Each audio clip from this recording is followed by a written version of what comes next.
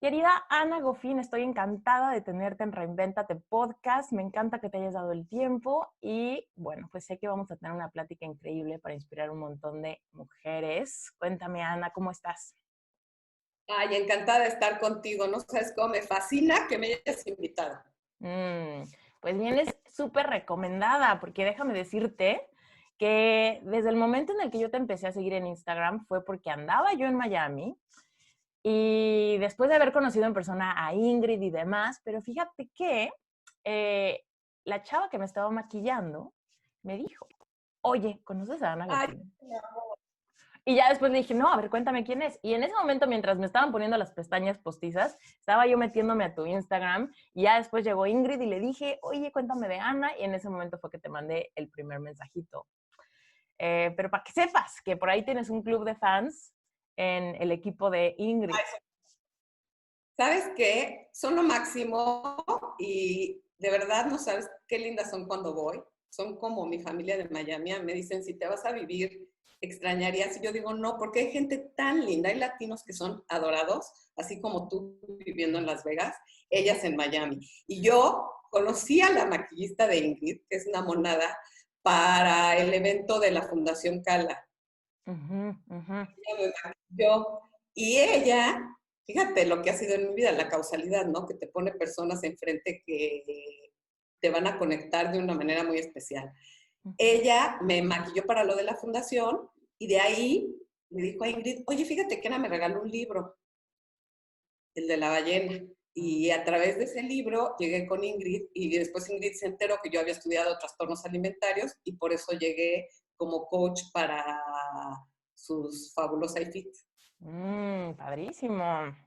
Sí, Oye, a ver, para que la audiencia no se nos empiece a perder, y ahorita los vamos a linkear con cómo fue, ¿no? Que seguramente ya escucharon el episodio de Ingrid, que fue uno de los más padres, y luego me vieron que me fui a Miami a hacer esto de también darles unas clases especiales a su reto, y ahí fue que me enteré de ti y demás. Pero cuéntanos a la audiencia quién eres y a qué te dedicas hoy en día, como un poco para empezar a hacer una línea del tiempo en ingeniería en reversa.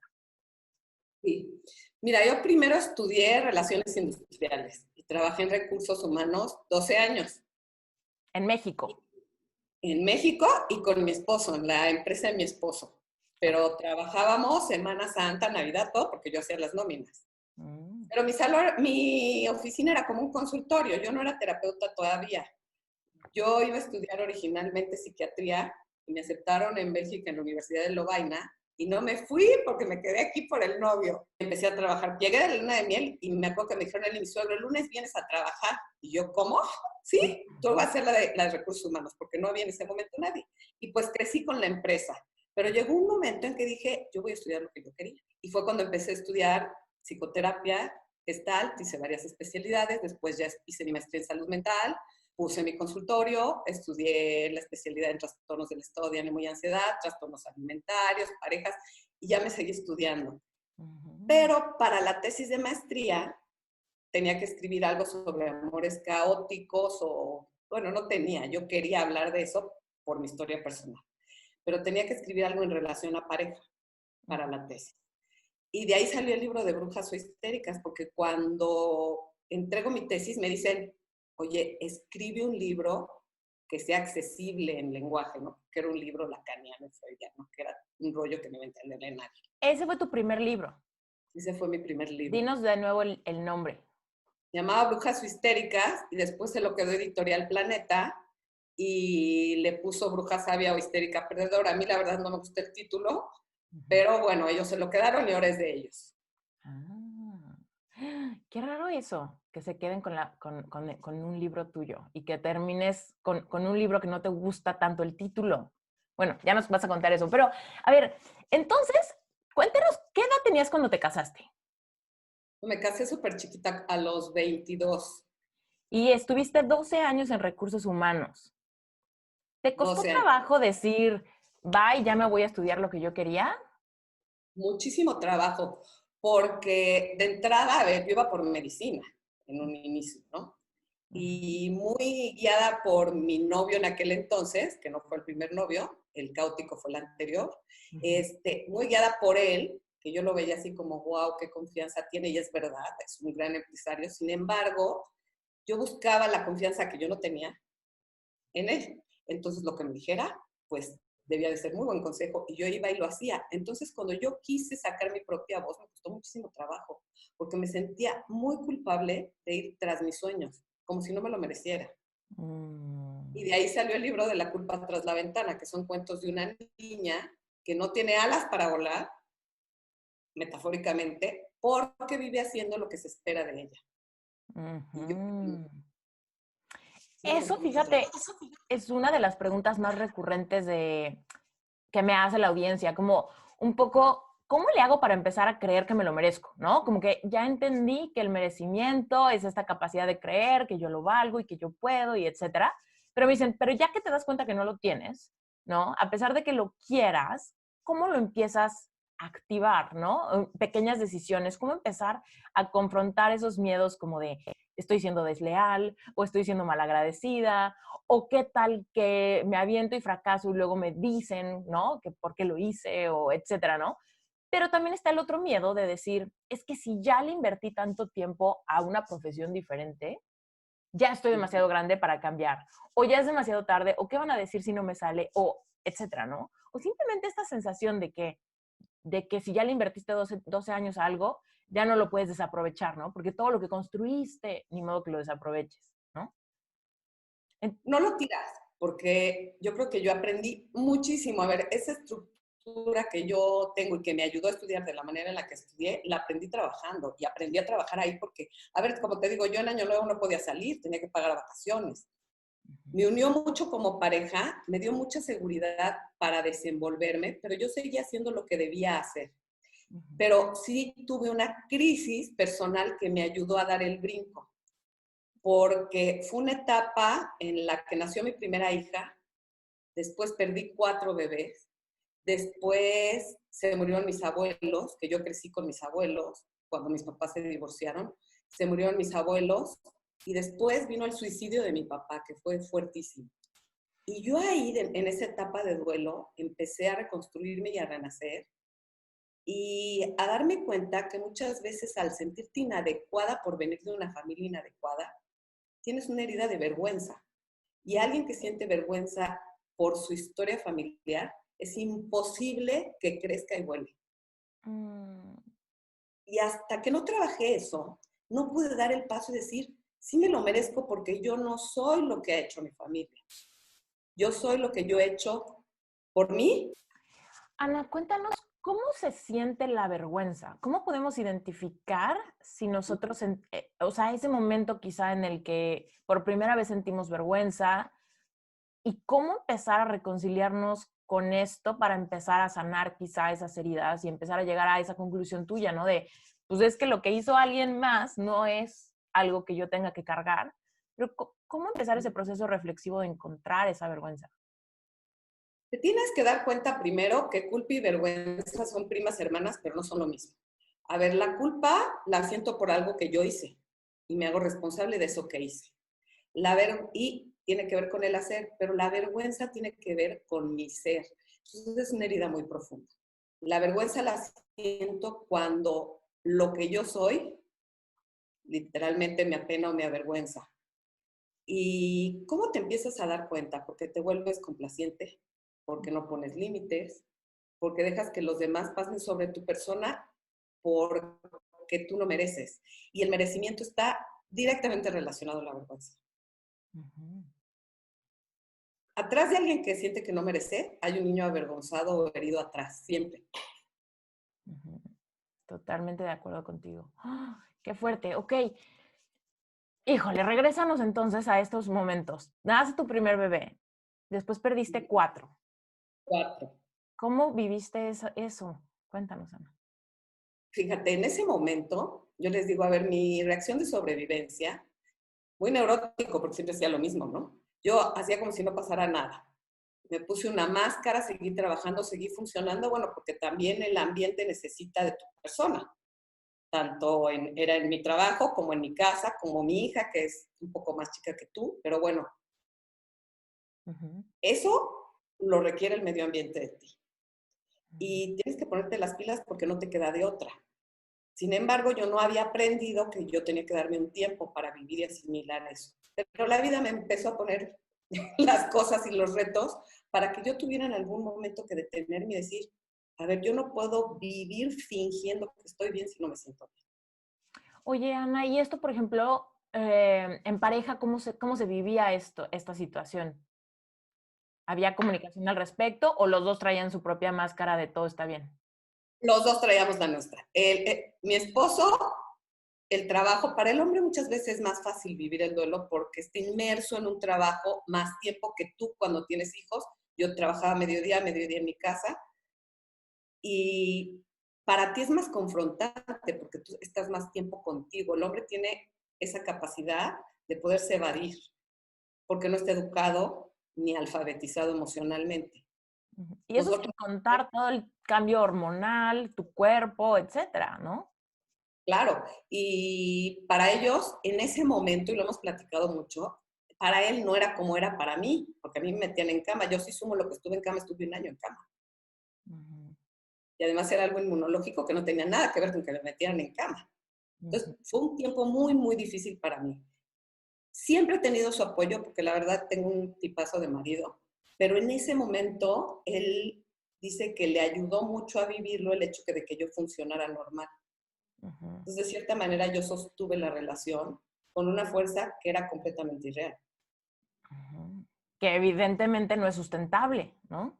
No es sustentable ni puedes vivir así, porque además me dediqué, como yo era inadecuada, incluso como mujer, porque a ver, en la cultura en México es muy importante el papel de la madre Ujú, y el valor de la mujer en función de cuántos hijos tiene y de que sea, sobre todo en ciertos sectores, ¿no? Casas, tienes que tener hijos y es como una historieta ya predeterminada, que yo no estaba cumpliendo y se esperaba de mí. Incluso con mi familia política, ellos esperaban que yo hiciera eso. Y al no hacerlo, pues me veían así como, no es la adecuada para y hay nuestro hijo. vergüenza, ahí hay vergüenza, en esos Tengo estereotipos. vergüenza. Ujú. Claro, por eso tengo un libro que se llama Brujas Sabias, Suegras Felices, que es sobre la independencia familiar y el trabajo que cuesta lograr tu independencia como pareja, además de tener una relación colateral con la familia política. Que Guau. todos los temas se van entremezclando, ¿estás de acuerdo? La pareja, la familia, el desarrollo personal y todo esto pues influye en nuestra vida. Ujú. Qué fuerte. ¿Cuánto tiempo aguantaste esta máscara de todo está bien y soy funcional? ¿Cuánto tiempo pasó ahí? Yo creo que pasaron, ya de ese momento, ya, bueno, de que me casé y trabajé todo este tiempo, en el que no volé, digamos, sino que hice lo que se esperaba de mí, pasaron como 12 años. Ujú. Todos los años que te aventaste trabajando en recursos humanos. Sí, y cuando me empezó a pasar todo esto, yo dije, ahorita es el momento de, de cambiar. Además, nació mi otra hija, que se llevan 10 años, y Ujú, en ese momento dije, aquí mi vida cambia, yo me voy a dedicar a estudiar y hacer lo que yo quiero. ujú. Y entonces fue el momento en que me dediqué de lleno de verdad. A ver, no era ya tan joven. Tenía, bueno, sí era joven, a ver, tenía 34 años, la verdad es que, pero bueno, no es la edad en la que tradicionalmente estudias. Ujú, ujú. Y ahí empecé a cambiar mi vida. Dejé la oficina, te lo juro, lloré muchísimo porque pues era mi rutina, mi vida, estaba acostumbrada. Mm. Y lo dejé y me metí a estudiar y no paré de estudiar y no he parado. Hasta ahorita que tengo 54. ¿Sabes qué me encanta que dijiste ahorita? Que lloraste muchísimo. Porque Sí, mucha gente me dice, es que no puedo parar de llorar. Y entonces ahí viene el sabotaje de, mejor me regreso. Porque si estoy llorando tanto, quiere decir que esto es malo, que esto no es para mí, que aquí hay dolor, que mejor me regreso. Y ahí viene como este sabotaje racionalizado de llorar significa dolor. ¿Y por qué soy masoquista? Mejor me regreso a mi casa, ¿no? O me pero regreso a mi trabajo, me regreso a mi zona de confort, lo que sea. O es, hasta una relación tóxica. Y es como, a ver, no pasa nada de que llores, ¿no? O sea, llorar es una parte de la expresión humana, ¿no? Y está bien, y no va a pasar nada de que llores. Y tenemos que reconciliarnos con la capacidad de sentir. Y evidentemente si hay un cambio, es retador, y si tu personalidad es emocional, probablemente llores mucho. Pero eso no quiere decir que te regreses, ni que perdones, ni que te quedes, ni que no estudies lo que realmente quieres. Es como, ok, lloraste mucho. Ya. Pero no tiene nada más que ver con llorar, fíjate. Acabas de darle al clavo en algo muy importante. Cuando tú estás en una situación que no te gusta, en el papel de víctima, que hablo mucho en el libro de Brujas sobre el papel de la víctima, es yo me quejo y estoy en un lugar que no me gusta, pero no me muevo del lugar. Tal vez no tengo las habilidades, pero tengo algo muy importante que se llama ganancia secundaria y eso equilibra mi insatisfacción. Al tener yo una ganancia secundaria, ya sea social, económica, afectiva, me quedo en el lugar en el que estoy por lo que gano quedándome ahí. Es decir, es como si el sueldo por mi sufrimiento. Que puede ser amor, entre comillas, reconocimiento, entre comillas. La ganancia secundaria te hace quedarte donde no quieres estar porque es tu sueldo por sufrir. Es un sueldo figurativo, ¿no? A cambio de cariño, a cambio de reconocimiento, a cambio de amor, a cambio de una posición social o económica, a cambio de permanecer incluso en una relación dentro del matrimonio porque para tu familia es aceptable que estés casado, por muchas cosas, por ideas, tú te quedas de víctima en donde no quieres estar y te vives quejando, te enfermas, tienes infinidad de síntomas, pero ahí te quedas. Y la ganancia secundaria es lo que viene a estabilizar, digamos, de cierta manera, esa insatisfacción que tienes con tu vida. Y ahí te atrapas. Oye, Ana, ¿y cómo darnos cuenta que quizá en algún área de nuestra vida nos estamos estancando por esa ganancia secundaria? ¿Cómo identificar que es secundaria y que no realmente es algo que valga la pena o que realmente vaya alineado con nuestra, pues, con lo que de verdad queremos de la vida, con lo que de verdad queremos del amor o con lo que de verdad queremos de nuestra profesión, vocación, etcétera? O sea, ahorita seguramente alguien nos está escuchando que dice, ok, yo no estoy tan encantada con algo o tan encantado con algo de mi vida. ¿Y cómo identificar cuál es la ganancia secundaria que te puede estar causando esta como pensamiento nublado, falta de claridad, ¿no? A ver, el malestar va a ser el que te va a avisar y lo vas a sentir en el cuerpo o emocional, a nivel sensación o a nivel emoción. Yo voy a sentir malestar. ¿Cómo se va a manifestar? Con mi enojo, con mi queja, con mi tristeza constante, con síntomas físicos, síntomas sexuales y con síntomas en mi manera de relacionar. Eso yo lo veo, ese malestar, y lo siento, a menos que esté desensibilizada. Pero si no estás desensibilizada, el malestar lo vas a sentir. Y justamente, si te preguntas, ¿qué me da miedo para salir de esta situación que me genera malestar? Ahí voy a encontrar la ganancia secundaria, porque si yo te digo, híjole, me da miedo que nunca más voy a volver a tener pareja, me da miedo que cómo me voy a mantener. Esa es la ganancia secundaria que te tiene ahí atrapada, el tener pareja o cómo te vas a mantener, ¿sí? O que te va a rechazar cierto grupo de amigos. Esa es la ganancia secundaria. Ahí la encuentras al pensar en tu miedo. Sí, es como, ¿por qué no te animas? Y la respuesta que te salga así de, pues porque no voy a poder sola. O pues Ahí porque está. ahí la No desenmascaras. puedo, en el me da miedo o en el no quiero, porque hay quien te dice, yo sé que no estoy contenta, yo sé que no estoy satisfecha, pero esta insatisfacción la soporto justificándolo bajo la religión, bajo que es tu cruz, bajo lo que quieras, a cambio de que la otra persona haga lo que yo no puedo. Porque además tú te enamoraste desde lo que tú no puedes hacer. A ver, nos enamoramos inconscientemente de alguien que tiene lo que nosotros no tenemos. Y si no lo desarrollas, por esa misma razón te separas. ¿Qué? Cañón Uh-huh. está esa parte. Ok, bueno, entonces ya, te despegas de tu trabajo de recursos humanos, empiezas a estudiar, nace tu segunda hija.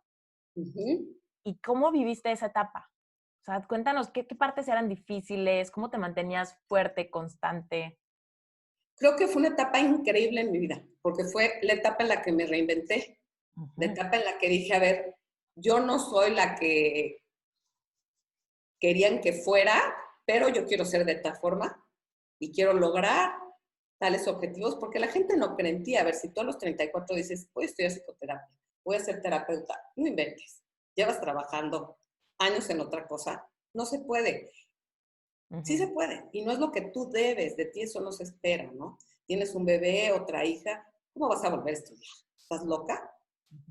Pero lo viví como un reto increíble y con muchísima satisfacción, porque empecé a hacer lo que me apasionaba. Y empecé a escribir y para mí se abrió el mundo a algo en lo que abrí, digamos, una puerta que estaba cerrada en mi vida, que era la del desarrollo personal y la conciencia personal. Y curioso porque al inicio te genera cierto problema. Si cambia alguien en la casa, pues todo el sistema familiar se ve afectado. Sin embargo, como pareja me unió muchísimo, porque dejamos de trabajar juntos, cada uno tenía proyectos diferentes y nos hizo crecer mucho más de lo que habíamos crecido hasta ese momento.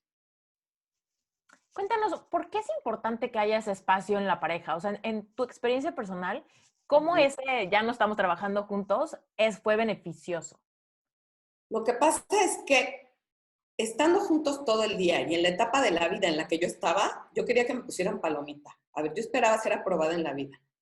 Entonces, todo el tiempo estaba tratando de hacer las cosas bien para ser aprobada por mi esposo e incluso por mi suegro, porque eran socios y él estaba aquí su oficina, acá la de mi suegro y aquí la mía. Yo quería que me pusieran palomita en la vida.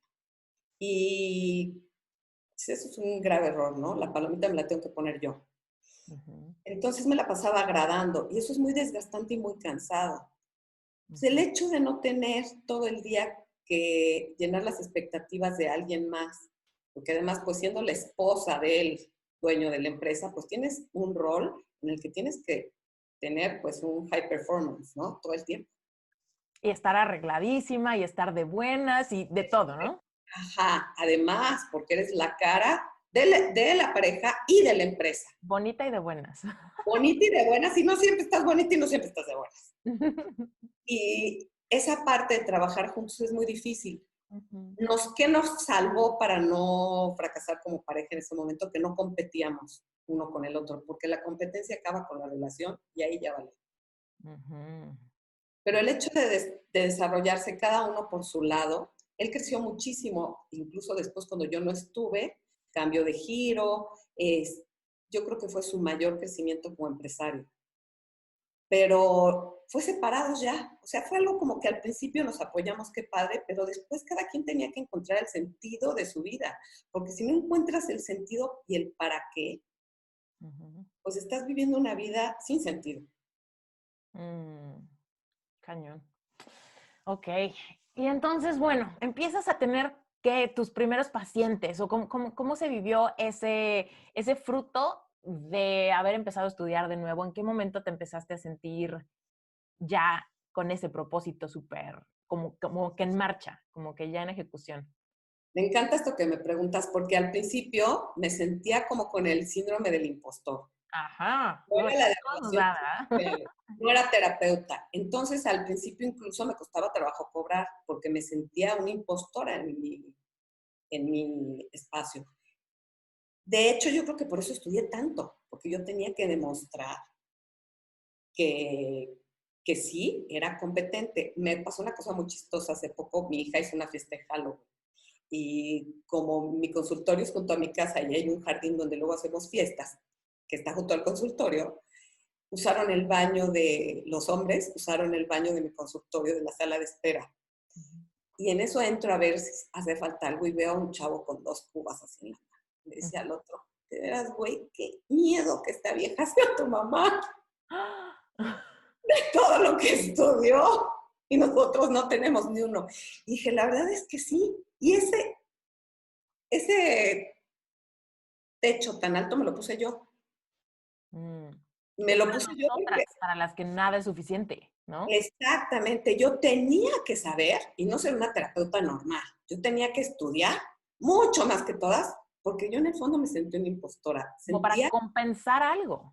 para compensar que no era mi primera carrera y no era lo primero que había estudiado y que me había equivocado al elegir Que mi te habías carrera. tardado, ¿no? Me había tardado y no había elegido irme a estudiar psiquiatría, que era lo que yo siempre dije que iba a estudiar. Como que me castigaba. Ujú, ujú. Y es cuando te autocastigas, porque cuando te sientes culpable, te regresas al autocastigo y te castigas tú solito.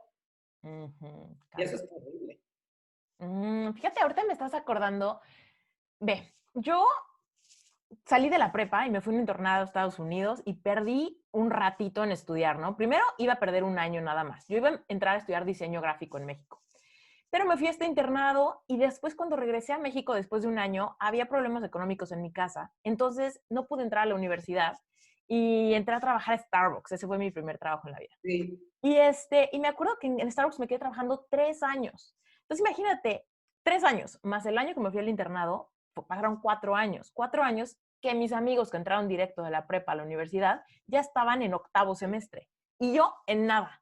Entonces me acuerdo que ya cuando iba a poder entrar a la universidad, cometí un error, que fue, me metí a estudiar traducción, que era como lenguas extranjeras, metido con un montón de cosas como para ser perito traductor y demás, pero como que yo había estado en Estados Unidos, entonces hablaba bien inglés, toda mi vida estudié en el Liceo Mexicano Japonés, entonces hablaba japonés, entonces dije, de algo me tiene que servir esto, pero yo siempre había querido estudiar diseño gráfico, entonces en mi mente dije, a ver, me pongo a estudiar esta carrera los primeros 2 años, después meto también diseño gráfico, me aviento 2 años con 2 carreras al mismo tiempo y luego me quedo 2 años más estudiando diseño gráfico ya que me haya graduado de la otra carrera y entonces en 6 años voy a salir con 2 carreras y entonces solo así me voy a sentir bien con mis amigos de antes, ¿no? O sea, porque yo decía, sí, porque yo perdí 4 años y todos ellos me llevan la delantera y solamente metiéndome 25 obstáculos y cruzando la meta después voy a sentir que estoy a la par. Obviamente fue un tremendo error porque duré un semestre en la primera carrera y no pude, o sea, me estaba matando. Terminé tardándome otro año más en por fin meterme a estudiar diseño gráfico, solamente para graduarme y después de 3 años de graduarme encontrar que mi verdadera vocación era ser coach. Pero, No, no, pero pero es fíjate, como, esto que dices es interesantísimo, porque nosotros hacemos un guión de vida por donde nacemos, por cómo nos educan y por el medio en el que nos desenvolvemos. Tu guión de vida se relacionaba con el orden de cómo tenía que ser y debía de ser tu carrera, en relación a tus amigos y a todo.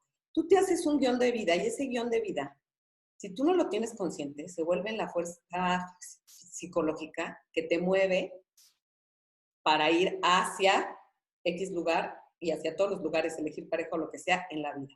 Es la fuerza psicológica que determina tus decisiones. Sin embargo, si tú esa fuerza psicológica no le das una nueva forma, como se la diste tú al descubrir tu vocación de coach, pues esa fuerza psicológica te va a llevar a hacer toda tu vida lo que no quieres hacer ni lo que quieres ser. sí, Por porque algo hay en la vida. una lealtad extrañísima a lo que acordaste en tu mente, ¿no? Fíjate, Lealtades familiares y sociales. yo cambié un montón, pero me acuerdo que yo decía algo tremendo. Yo decía, cualquier persona que cambie de carrera o de religión está en el hoyo. O sea, yo pensaba, si cambias de carrera o de religión está en el hoyo porque solamente es una muestra de tu poquísimo carácter. Eso es lo que yo pensaba, ¿no? De tu poquísimo carácter y de cómo nunca estuviste firme en algo, ¿no? O sea, si vas a cambiar, quiere decir que todos los años de atrás estuviste en la lona, ¿no? Entonces, imagínate, esa creencia, me acuerdo que yo cuando me acerqué con mi papá a decirle, ya me quiero dar de baja de traducción, me acuerdo que lloré muchísimo y él lo único que me dijo, la verdad, súper buena onda de mi papá, me dijo, ya sabía. Y yo, ¿y por qué no me dijiste? Y me dijo, ay, porque seguramente no me ibas a hacer caso.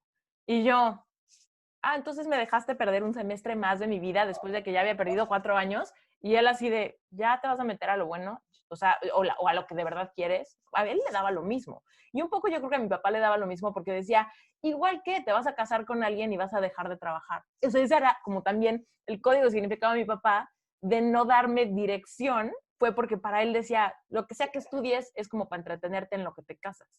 Visión de mi papá, ¿no? Muy para allá. Mi visión era, si cambias de opinión, es que tu opinión nunca valió la pena anyway.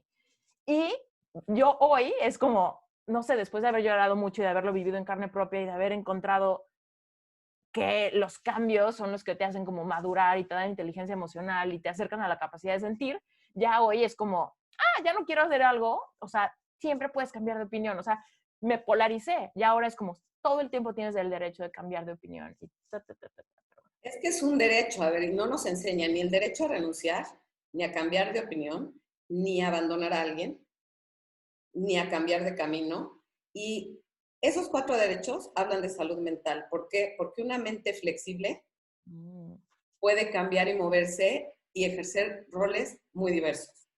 No que estés perdido y no sepas quién eres, pero una mente que se puede adaptar a los cambios como los que estamos viviendo ahorita y te adaptas al entorno y a la situación, no porque cambies de manera de pensar, porque eres adaptable y eres flexible. Eso habla de que no hay rigidez mental y emocional y es salud mental. Sí. A lo que ahora le llamamos mucho esta fluye, ¿no? O sea, esta capacidad de fluir a veces se escucha muy fácil, pero es súper difícil de desarrollar, sobre todo porque somos bien tiesos, o sea, los seres humanos somos bien duros con nosotros mismos, ¿no? Como yo, como mi creencia. Si cambias de opinión es que siempre has sido un perdedor. Y es como, ¿qué te pasa? ¿De dónde saqué esa idea? ¿Quién sabe? A lo mejor alguna vez se lo oí decir a alguien que respetaba mucho. No me acuerdo que haya sido mi papá, pero pues, quién sabe. Mira, para salir, yo me imaginé cuando era pequeñita, emocionalmente, yo digo, yo era una mujer pequeñita, aunque mido unos 70, ¿no? Y en el libro de la ballena, que ahora se va a empezar a promocionar en Estados Unidos el libro, se llama Cómo desaparecer una ballena, planteo que cuando yo me sentía pequeñita me imaginaba que adentro de mi cabeza había una cajita de cristal y yo estaba dentro y vivía contenida por los vidrios de esa pared. Y para salir y volar, como te lo comentaba, y cambiar y crecer y contactar con mi poder personal, pues tenía que salir de esa caja. Pero ¿qué hay que trabajar para salir de esa caja? Pues las lealtades familiares, ¿no? Porque a todos nos gusta que nos pongan palomita y no nos gusta que nos resten en el balance de la familia. Pero bueno, no todo te funciona. Hay que trabajar con las creencias irracionales, que me imagino que tú como coach sabes muchísimo de eso, limitantes e irracionales. Trabajar en tu historia personal, en esa fuerza psicológica, que es el cuento que te cuentas de tu vida, pero te puede atorar porque no lo has podido ver desde otro lugar. Las etiquetas que te has puesto y que si las trajeras en una playera, ¿qué sentirías de caminar en la calle con la etiqueta que te has puesto aquí, no?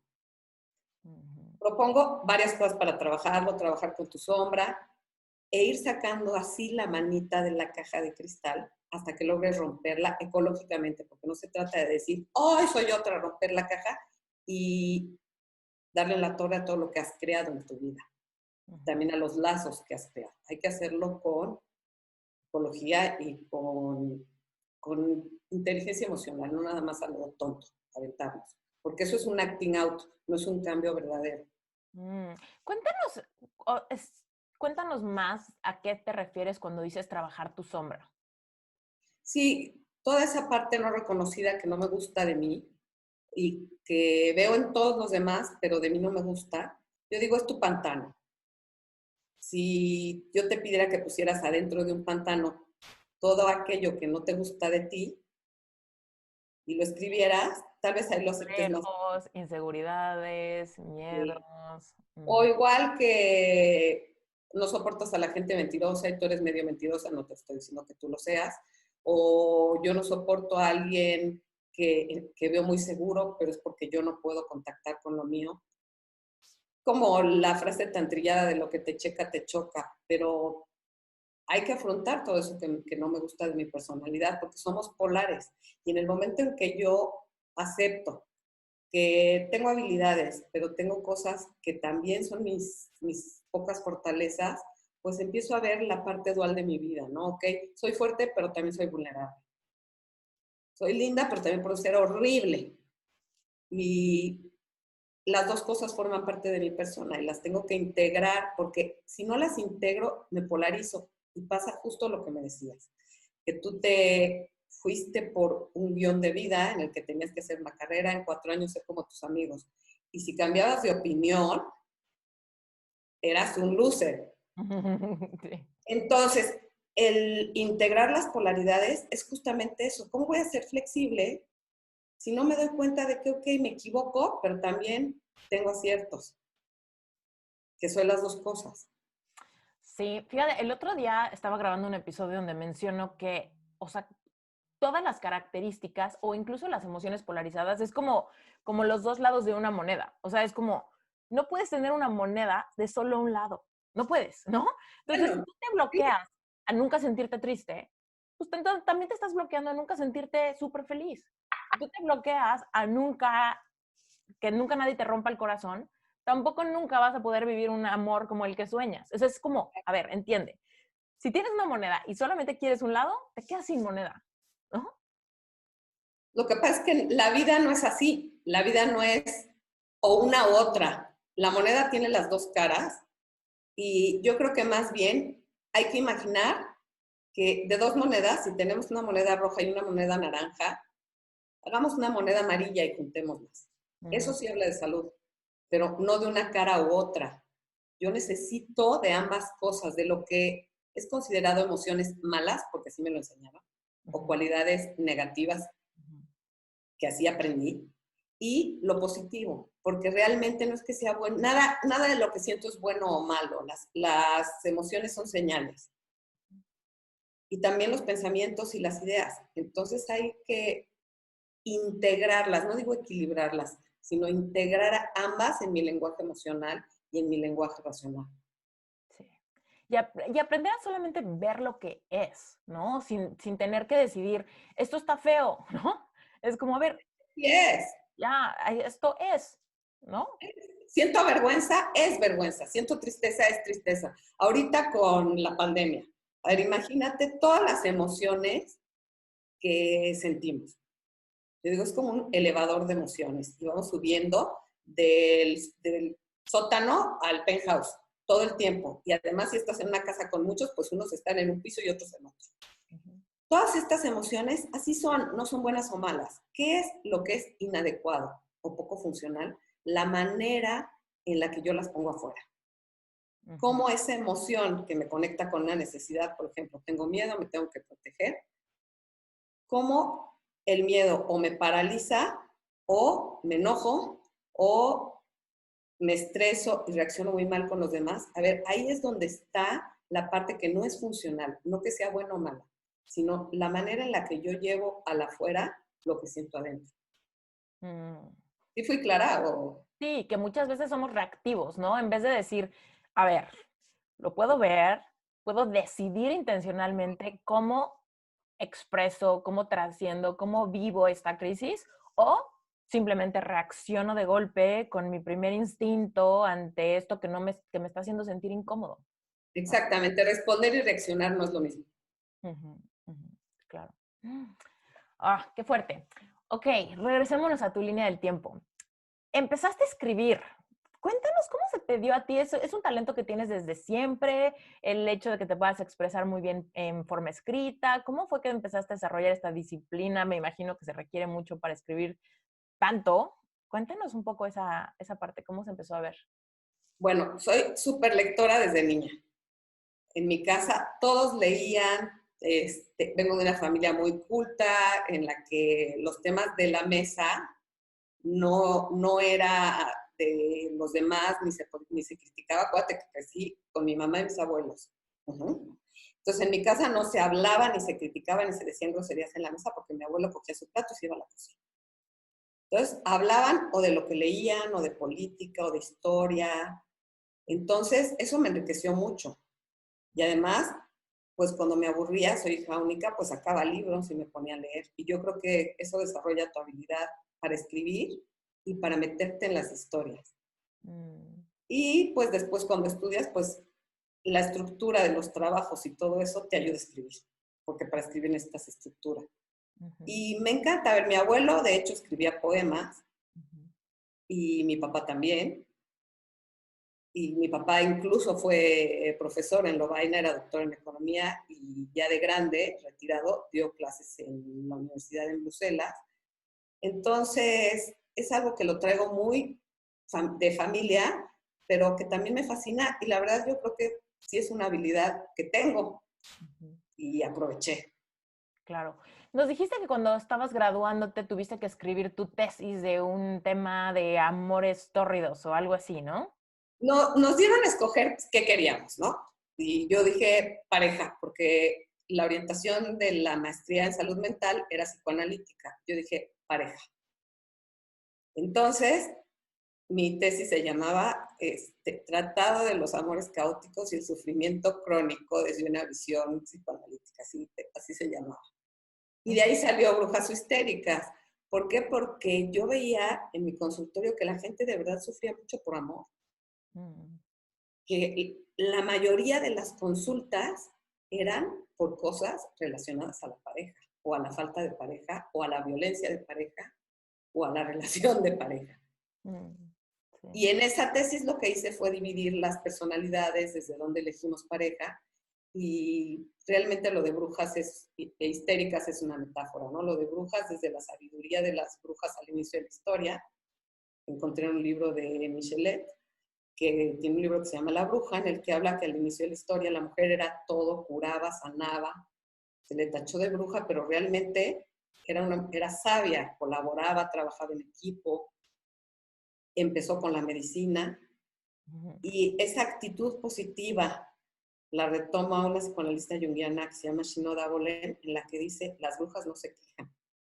Y esta es la sabiduría de la mujer. A ver, yo no me quejo, me hago responsable de mi vida, y aunque quiera vomitar todo lo que no me gusta, escríbelo en un papel, pero no vivas quejándote, ¿no? Claro.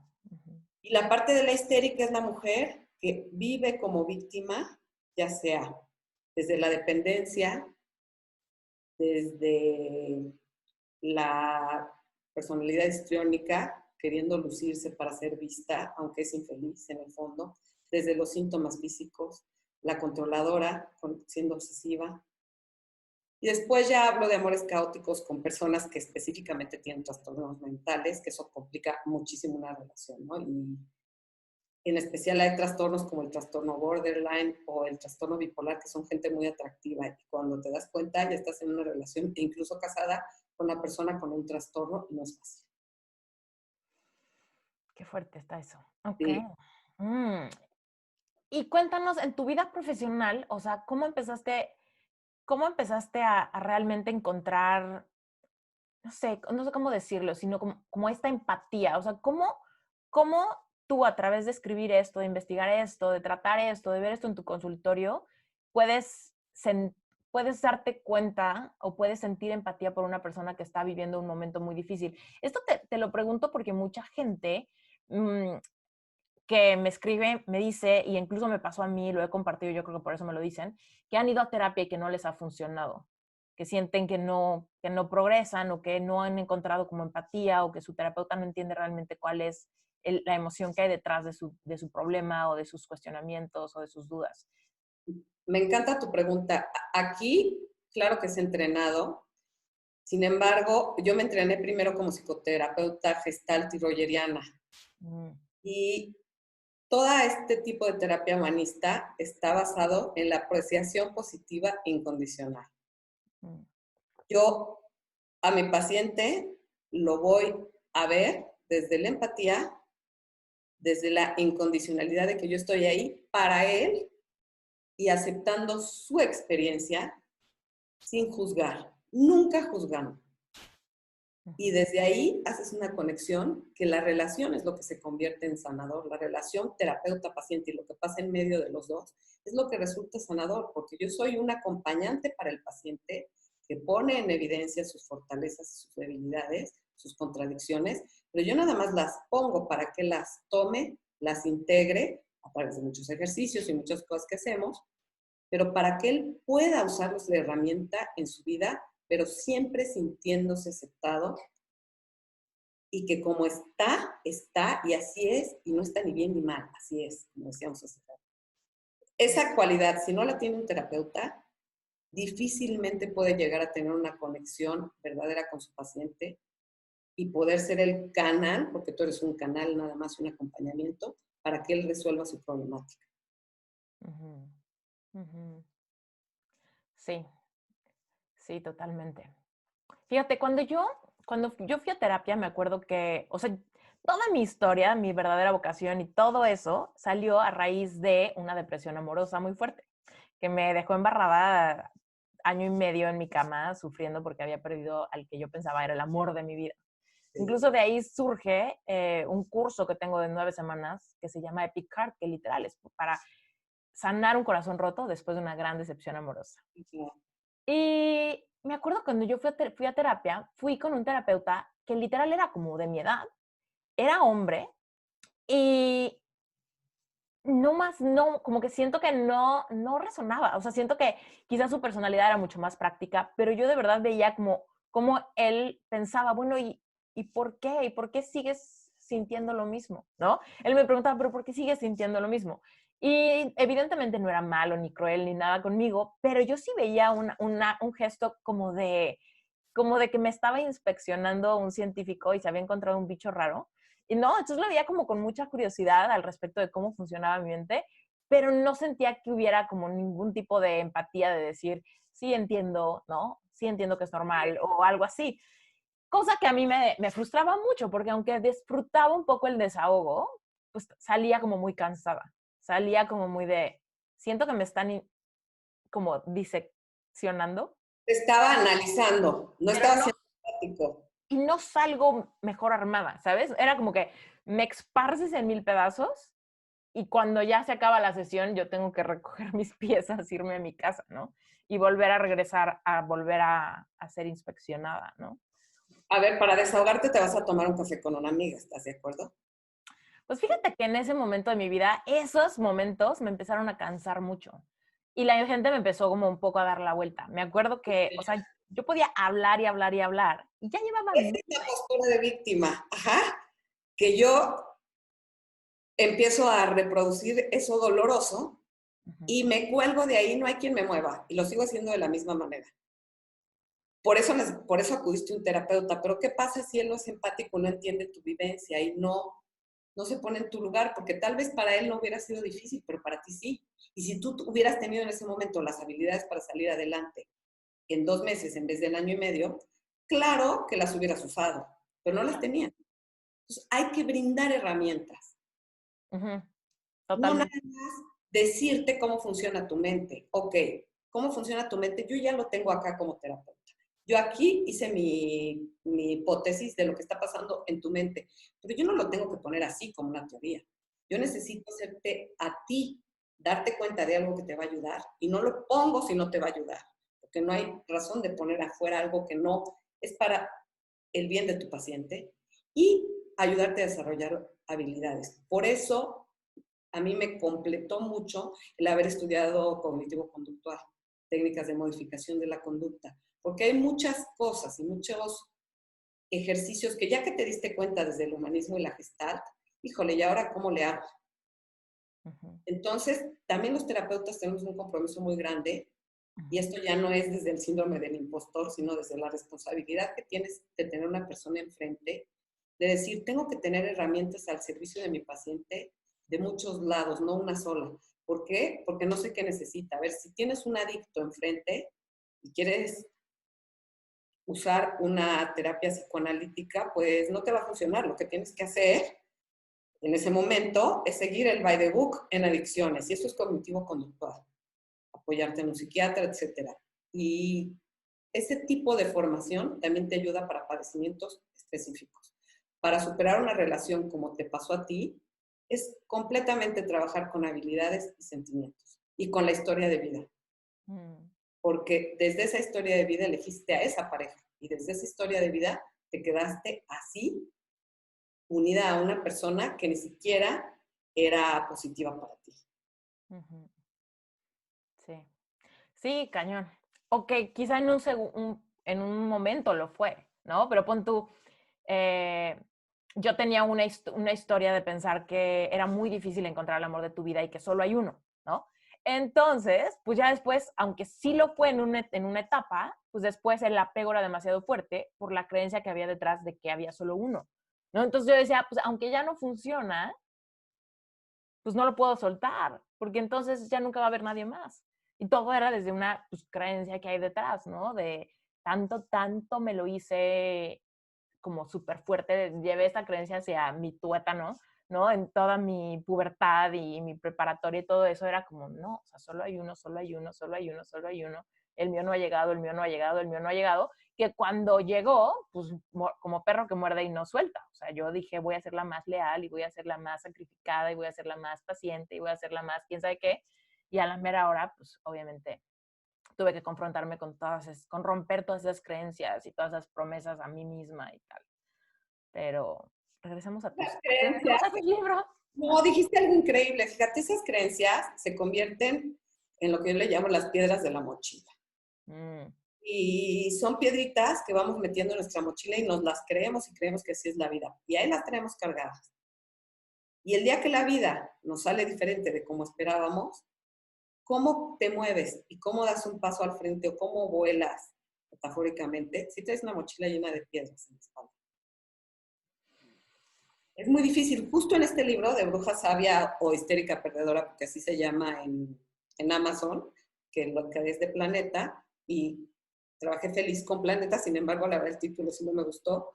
En ese libro hablo cómo sacar las piedras de la mochila. ¿Qué tienes que trabajar específicamente para ir sacando una y otra piedra? Porque, a ver, traes un peso cargado que no te va a dejar avanzar en la vida y si no lo vas sacando, Uh-huh. Cuéntame, imagínate.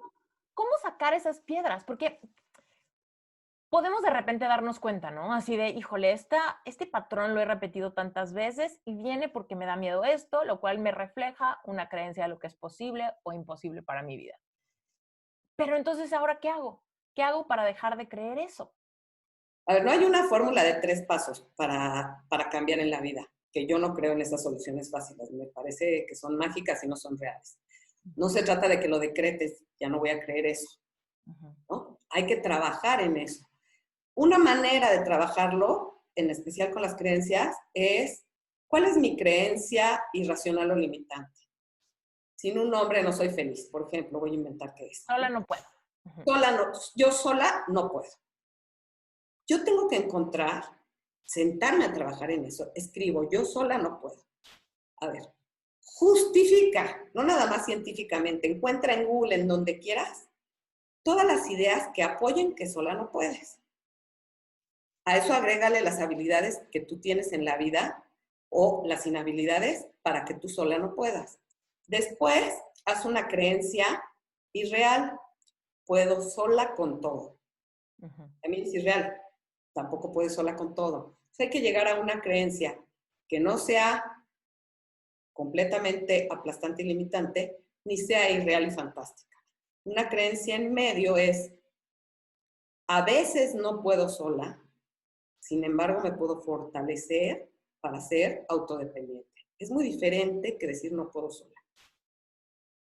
Claro. Pero tienes que trabajar en la creencia. Justo eso es lo que hace en la terapia. A ver, esta creencia me limita y tú lo debes saber como coach, pues trabajemos en esa creencia. A ver, justifícame por qué esa creencia es verdad. Tú misma te das cuenta de lo ridícula que es. Claro, sí, sí, totalmente. O sea, no puedes solamente dejar de creer algo. Tienes que encontrar qué vas a creer en vez de eso, ¿no? O sea, es como si yo todos los días digo que yo soy súper gorda, no puedo dejar de creer que estoy gorda. Entonces, como, ¿qué prefiero creer en vez de eso? Pero no es al extremo. Hay que encontrar una creencia que sea neutra y que sea realista. Sí, porque si crees el extremo, tu mente la va a identificar como un sueño guajiro. Y si tu mente la identifica, no, si yo digo, es que estoy súper gorda y digo, bueno, voy a decidir que prefiero creer que soy la mujer más hermosa del mundo, no penetra a mi mente porque mi mente dice, eso es un sueño guajiro. Entonces inmediatamente queda como ignorada dentro de mi mente. Es muy buena observación porque además todo lo que es fantasía y todo lo que me fumo y mis sueños guajiros están en el cerebro medio. Y eso empieza a generar incluso sufrimiento, porque cuando yo veo la realidad, mi cerebro vive una fantasía, eso me genera muchísimo sufrimiento cuando me confronto con lo que está pasando afuera. De ahí que sea tan importante tener una visión realista de la vida y de mí misma y crear conciencia y poner en sintonía a mi cerebro emocional, animal y racional. Pero, ¿cómo, por ejemplo, ahí, o sea, cómo poder definir qué es realista? ¿No? Porque hay veces que, por ejemplo, hay cosas que para mí son súper realistas de lo que yo puedo lograr y que hay personas que me han dicho, Esther, es que para mí eso que tú dijiste es guajiro. sea, tenemos que entender que lo realista realmente, todo depende desde los ojos que lo estés. Justo parte de lo que tú no, lo que a ti no te ayudó a hacer clic con tu terapeuta es que él no se metió a tu realidad. Uh-huh. Y él quería desde su realidad que tú tomaras una decisión de la tuya. Cada quien tiene su realidad. Sin embargo, cuando algo es muy guajiro, hay que ponerlo así para volverlo neutro, más que realista. Uh-huh. Tú tienes tu realidad y yo tengo la mía, y va a ser imposible que todos vivamos lo mismo. Tú me dijiste cuando estábamos platicando antes de empezar el programa, a mí la pandemia me ha servido porque se detuvo el tiempo y he podido avanzar en muchas cosas. Hay a quien el hecho de que se detenga el tiempo lo vuelve loco, o le dan ataques de pánico por lo que estamos viviendo ahorita, y sé de varias personas que han ido a dar a urgencias en esta misma semana con ataques de pánico pensando que es un infarto. Esa es su realidad. La tuya es que increíble que se detuvo. Las circunstancias de todos son distintas y entender las circunstancias de las personas es básico. Uh-huh. Sí, muy de acuerdo contigo. Ah, qué fuerte. Ana, cuéntanos más de tu vida.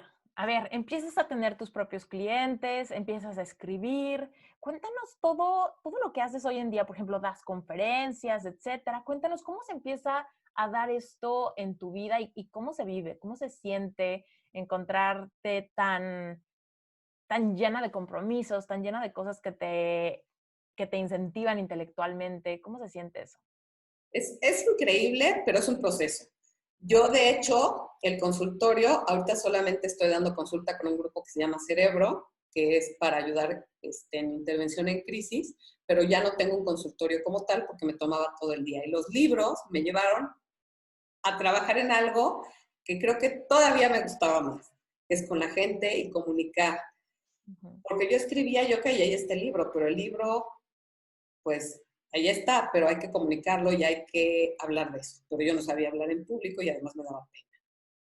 Y no sabía ni cómo pararme en un escenario. Y justo por eso tengo tantas amigas en Miami, porque yo ya iba a Miami desde antes, pero no con una finalidad, hasta que entré a estudiar con Israel. ¿Por qué ibas a Miami? Porque mi esposo iba por trabajo y yo me iba. De hecho, ahí escribía mucho, porque podía estar sola, y tenía el tiempo y la conexión para sentarme a escribir. A veces me podía quedar sola 15 días escribiendo, porque sí necesitas el mood y que no te estén estorbando, porque la verdad es que todo el mundo te interrumpe. Claro. Necesitas estar, a ver, escribir es un trabajo solitario. Ya después difundir el libro es un trabajo completamente al revés. Entonces, esa fue la disyuntiva. Para escribir estaba en contacto conmigo y tenía que ir a mis habilidades internas, pero para comunicar lo que había escrito tenía que ir hacia afuera. Y me metí a estudiar con Ismael Cala para certificarme como speaker. Y bueno, eso me abrió un mundo que desconocía y que me fascinó, que fue el dar conferencias, hacer talleres, porque todo eso lo aprendí ahí. Una cosa es ser terapeuta, que es un trabajo de uno a uno, y otra cosa es tener 600 gentes enfrente, es completamente distinto. Entonces, todo me fue llevando como a un camino nuevo y a un camino de reinvención, porque, ok, ya llevaba con mi consultorio 14 años, muchos pacientes, muy contenta, pero los libros me estaban exigiendo hacer otra cosa. Y también fue difícil decir, se queda aquí la consulta, porque o doy consulta o doy conferencias y hago talleres. Hacer talleres de 2 días requiere de muchísimo trabajo anterior al taller, material, preparación. Pero también creo que hay que evolucionar, ¿no? Cuando estás en el área de salud mental, es no quedarme encerrada en mi consultorio, me necesito abrir al mundo. Y los talleres te abren a tener contacto con mucha gente, te sensibilizan, ves la historia de muchísimas personas, y las conferencias, bueno, pues me fascinan.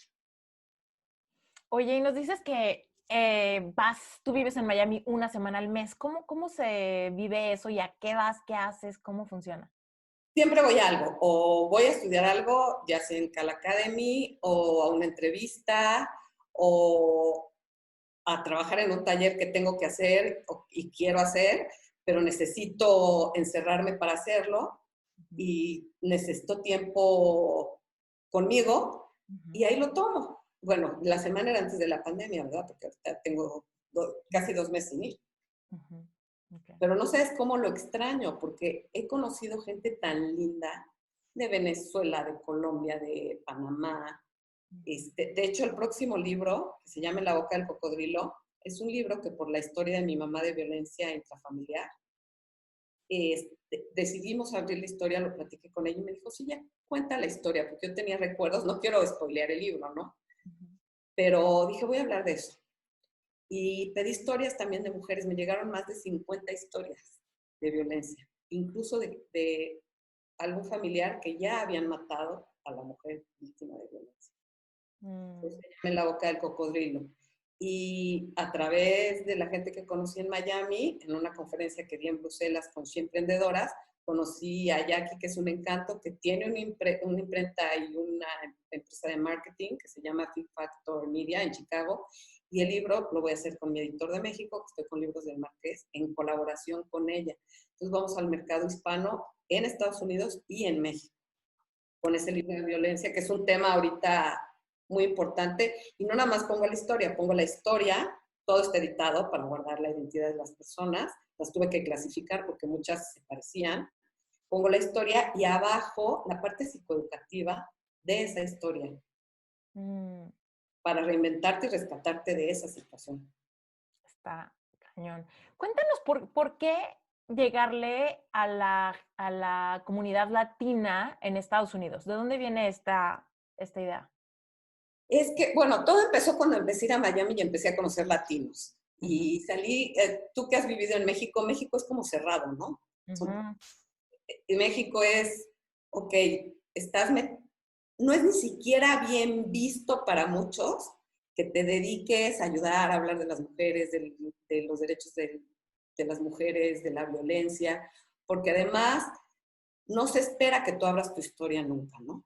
ujú. Entonces, desde ahí, para mí fue muy fácil empezarme a conectar con gente de fuera a través de Miami. ¿Por qué? Porque cuando hago Cala 1, conozco a Vero Sosa, que es una mujer fuera de serie, la deberías de entrevistar, fuera de serie. Ella tiene un proyecto que se llama 100 Emprendedoras Latinas alrededor del mundo. Mm, Y ese proyecto apoya a las emprendedoras. Y ella me invita a una conferencia a Bruselas y veo que la comunidad latina en el mundo es enorme. ujú, Hay latinas en España, latinas en muchísimos lados. A ver, nunca me imaginé que en Bélgica, yo soy de origen belga, que hubiera tantas latinas. ujú.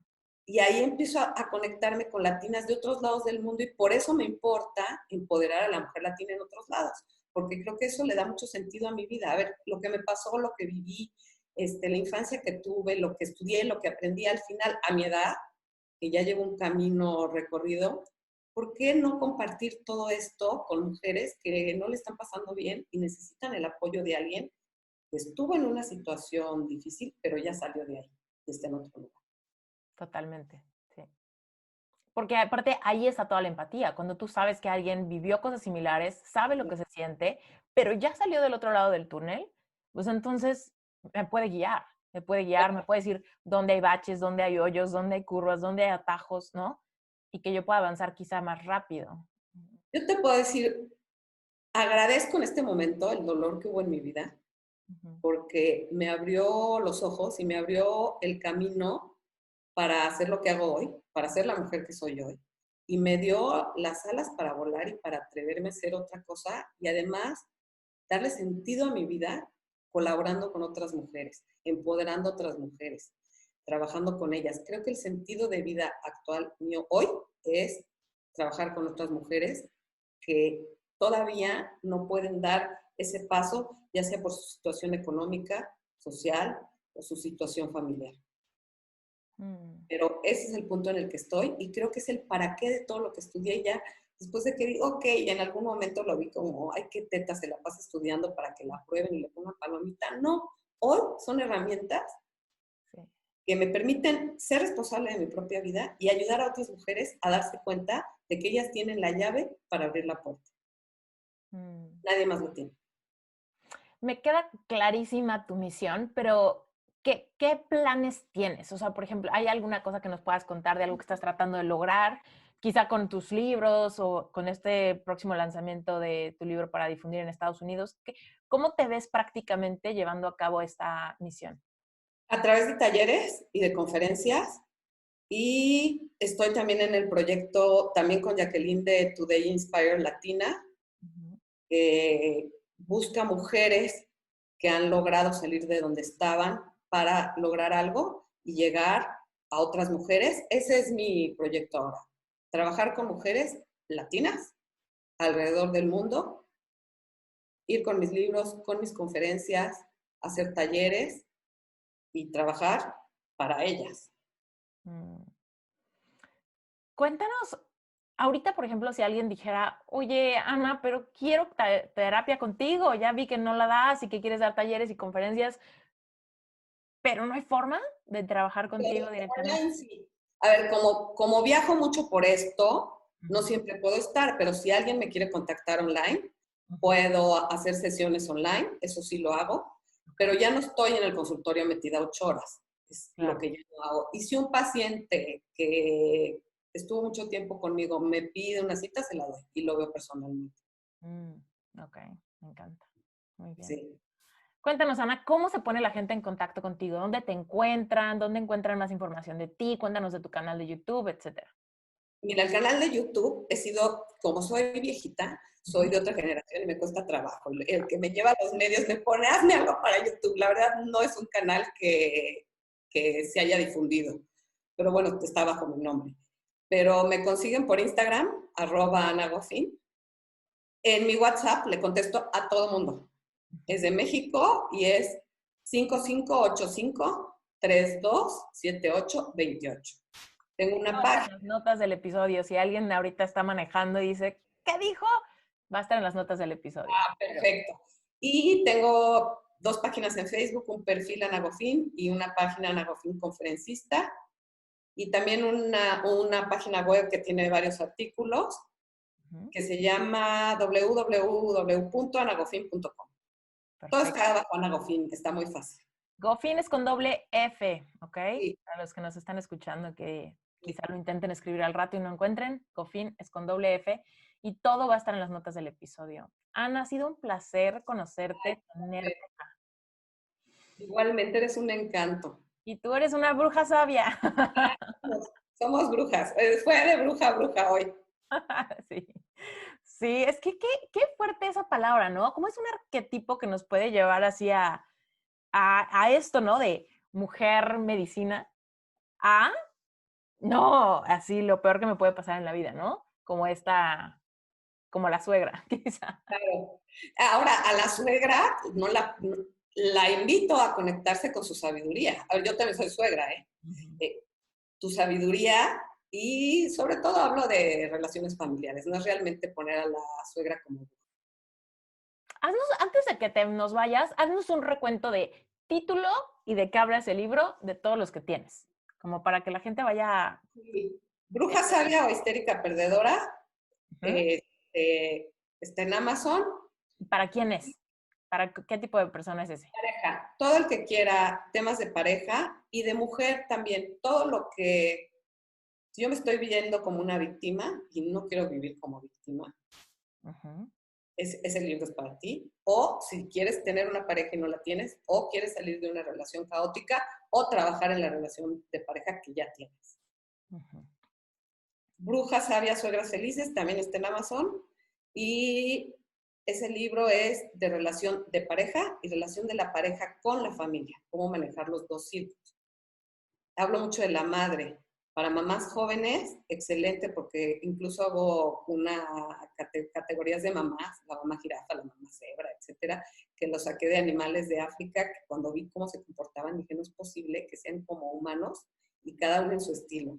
Mm. Y hablo mucho del síndrome del hijo pegado a mamá, como no puede hacer pareja, y son hombres Peter Pan que no crecen y no lo Eso se la tengo que mandar a mi ex.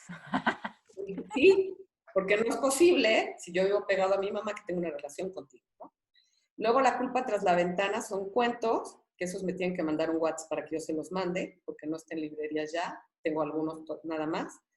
Y me mandan un WhatsApp, La culpa tras la ventana son cuentos Es una niña que va espiando las ventanas de los vecinos y se va robando sus historias y trata un tema de la culpa en cada historia.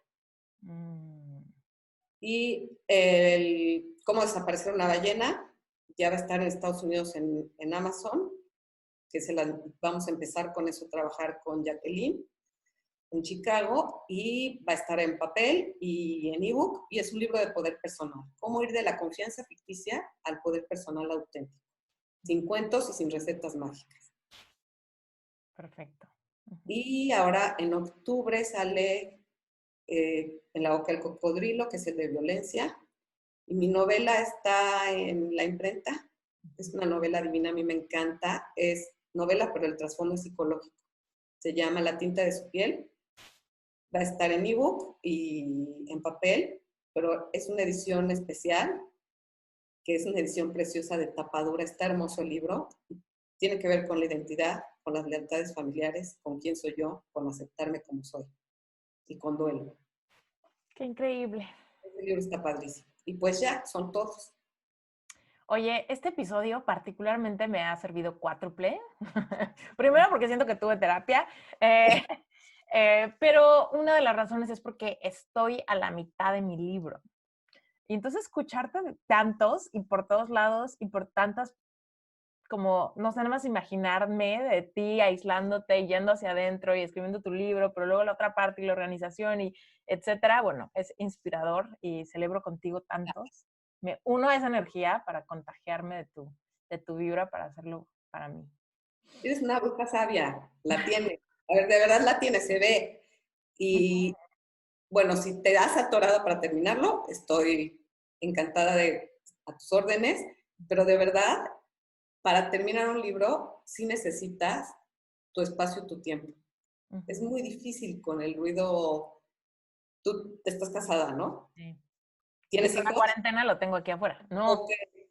Bueno, eso te va a ayudar a que pueden tener sus espacios, pero cuando hay hijos, imagínate, yo ya nietos, o sea, empiezo a trabajar y ya tengo subido aquí por la paleta en mi oficina y todo, y los amo, pero el día que quiero escribir, no puedo tener a todos encima de mí. Claro. Sí, pues sí, y aparte ahí es un acto de amor propio, de poder poner límites para darle prioridad a tu A tu propia, creatividad y a tu propia necesidad de expresarte, ¿no? pero si tú no te sientes adecuada y merecedora, nunca vas a encontrar ese tiempo, y eso quiero que la audiencia lo escuche, porque a ver, si tú no crees que tú vales y te mereces ese tiempo y no quieres menos a los demás porque te des un tiempo para ti, porque los quieres igual, pero también te quieres tú y estás tú primero para estar bien también para los otros. De Sin acuerdo. eso, no hay manera. Total de acuerdo contigo. Hay que querernos mucho, de verdad. Y es un músculo, no es como de, yo ya llegué a quererme. No, a ver, o sea, es un músculo que no puedes descuidar nunca, ¿no? Nunca, mira, y lo digo mucho en el libro de la ballena, que, a ver, el título sale de una fábula, que en Florence, en Estados Unidos, encontraron una ballena en los años 70 que estaba muerta en la playa. Dijeron, ¿qué hacemos con la ballena? El video está en YouTube, se llama La ballena explosiva. Y a ver, lo que les costaba mucho trabajo no lo quisieron hacer. Dijeron, vamos a ponerle dinamita, a televisarlo y la explotamos. Y eso fue un desastre. Y eso es lo que queremos hacer con nuestra vida. Una solución rápida, fácil, sencilla y mágica. Y las ballenas van a seguir apareciendo y llegando a la orilla. Entonces, te tienes que reinventar no una vez, una y mil. Como me dice ahorita, estoy a medio libro, pues ya no nada más es el programa, con el libro voy a hacer algo, ¿para qué es? Y hay que ir hacia afuera, pues te tienes que reinventar otra vez. Totalmente, sí. Abrazas a la ballena y vas para adelante de nuevo. Totalmente. Y es que reinventarnos, lo digo seguido y no me voy a cansar de decirlo, o sea, es como, el nombre de Reinvéntate salió así porque no es una invitación a transformarnos en alguien que nunca hemos sido.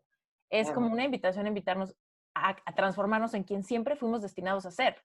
Y ese es un viaje que dura toda la vida, ¿no?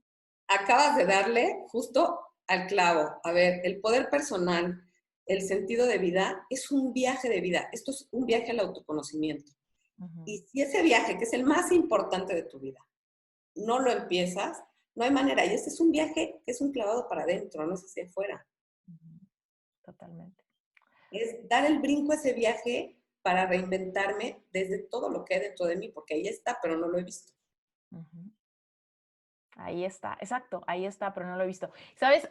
Hay no me acuerdo dónde lo leí, pero decía que todas las estatuas griegas, ¿no? Todas estas estatuas en mármol hermosas, etcétera, son hechas de una sola pieza, ¿no?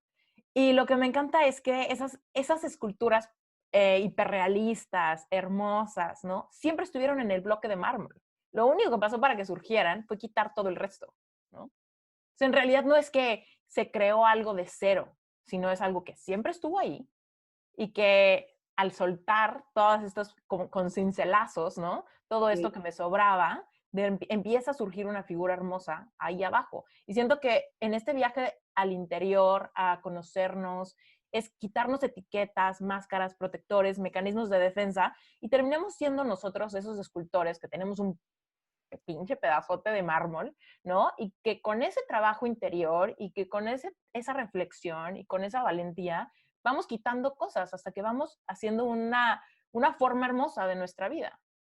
Que hay que deconstruir la vida. Ujú, Ese guión de vida, esa fuerza psicológica que tanto he hecho hincapié, ujú, es como una pieza de mármol fuerte que te rigidiza.